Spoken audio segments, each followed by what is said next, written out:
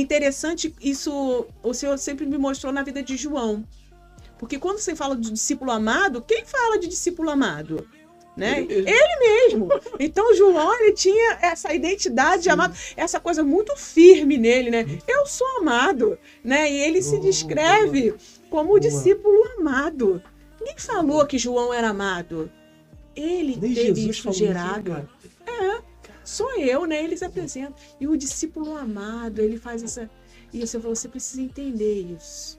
Você, não é as pessoas... Ou não só te dizer que você é amado, você precisa entender e trazer isso para a sua identidade. Eu sou amada, né? E quando Jesus ele traz isso, aí quebra tudo, né? Quebra toda a nossa dependência, né? De alguém, de amor, né? De outra pessoa, não preciso ser amado. E aí a gente também não fica mais mendigando, igual a mulher samaritana perdida em vários relacionamentos. Ai, se alguém, né, não me ama, não me quer, eu tô sempre, né, sofrendo. Não. Jesus ele vem e cura isso. Jesus curou isso na minha vida, né? Então, tirou toda a dependência, porque eu era uma pessoa dependente de relacionamento, né? Você também? Sim, dependente de relacionamento, mas não só de relacionamento amoroso, não. De relacionamento de amizade também. Aceitação? Dessa coisa de aceitação, e isso era como um cativeiro muitas das vezes, porque aí eu tinha muita dificuldade de dizer não. Eu não queria entristecer as pessoas, né? De decepcionar as pessoas. Então, eu sempre me anulava, né? Para poder agradar o outro, para ter aquele sentimento de ser aceita, de ser amada. Aí Jesus vem e quebra isso também. Né? Eu precisava entender. Eu sou uma discípula amada. Jesus me ama e basta. O amor de Jesus basta. O amor dele vem, cura e preenche todas as coisas. Né? Então, nesse processo que eu conheci, né, desse relacionamento, porque aí a gente só consegue na questão do relacionamento, Jesus não tem pressa. Ele vai nos mostrando, mas às vezes a gente não consegue perceber. Mas eu precisava perceber isso. Olha, tem situações que você precisa deixar de ser dependente. E aí ele veio, fez mais esse processo, né, de cura, de libertação, né, porque a verdade liberta. Então, essa verdade de ser amada por Jesus trouxe essa libertação, essa ruptura dessa dependência do outro. Né? Eu preciso do outro, eu preciso ser aceita pelo outro.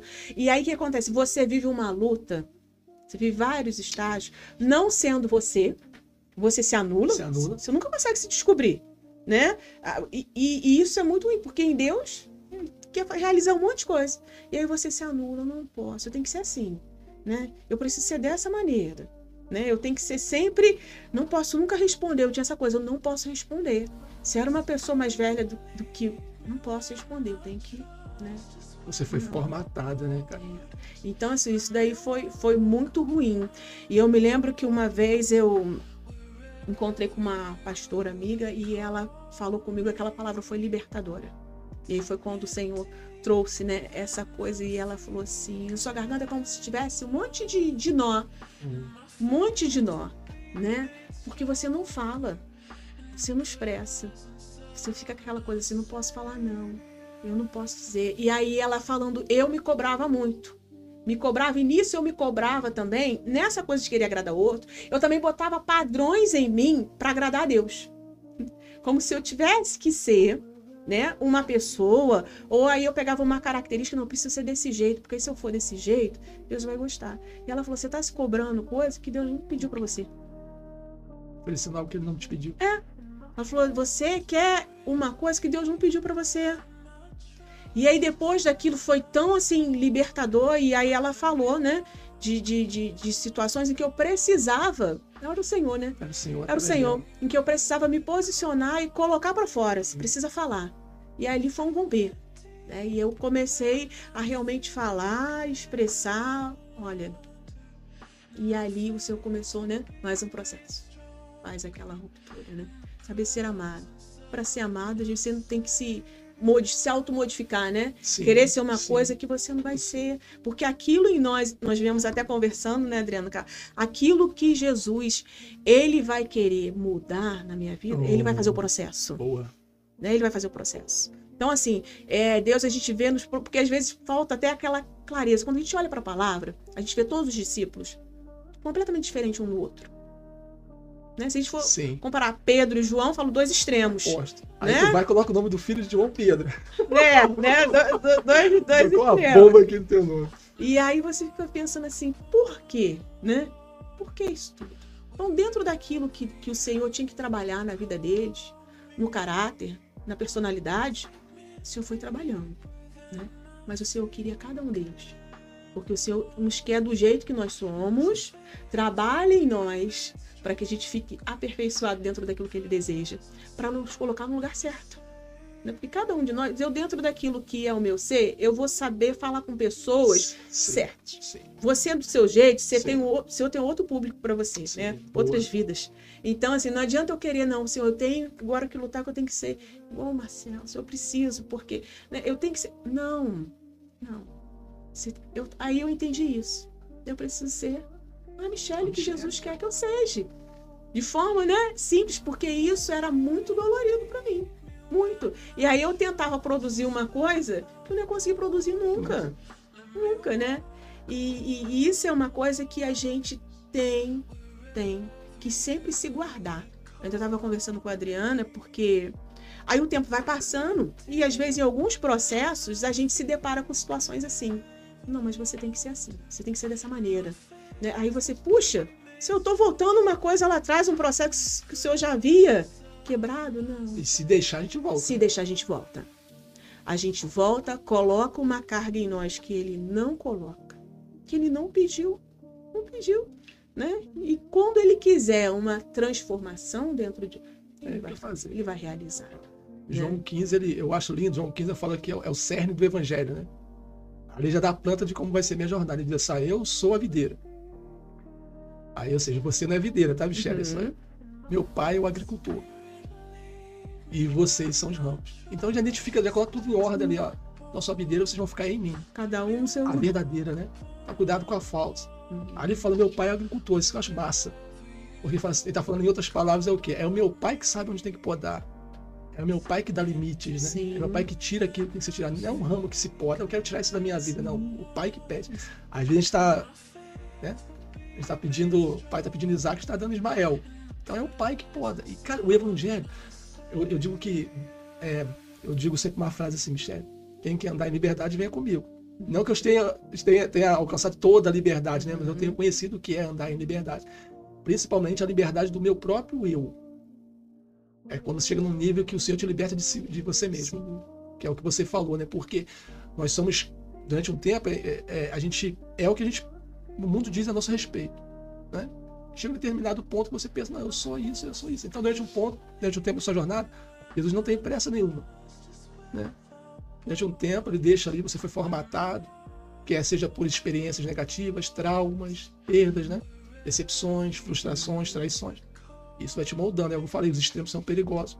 Então, se você é uma pessoa muito dada, você passa a ser uma pessoa completamente fechada, para não se machucar. Então, você vai para um outro extremo. Então, você é aquilo que o mundo diz que você é, ou você pensa ser. Aí chega um determinado ponto que você é o chamado adolescência espiritual, né? O adolescente espiritual ele não sabe, ele acha que ser o dono da cocada preta, enfim. E você começa a ter pensamentos sobre você. Bom, o Senhor me usa porque eu jejuo 3 vezes por semana. Não, o Senhor me usa porque eu sou muito consagrado, eu sou muito santo. A Michele não. Confessar um pecado aqui. Dentro de uma jornada da minha vida, cara, o Senhor me atendia muito rápido, né? E isso, de uma certa forma, não é muito bom, porque ele acaba sendo um mimo, né? Mas é aquela fase, né? Da criança ali. Chorou, outro tem que estar com a mamadeira, trocando fralda.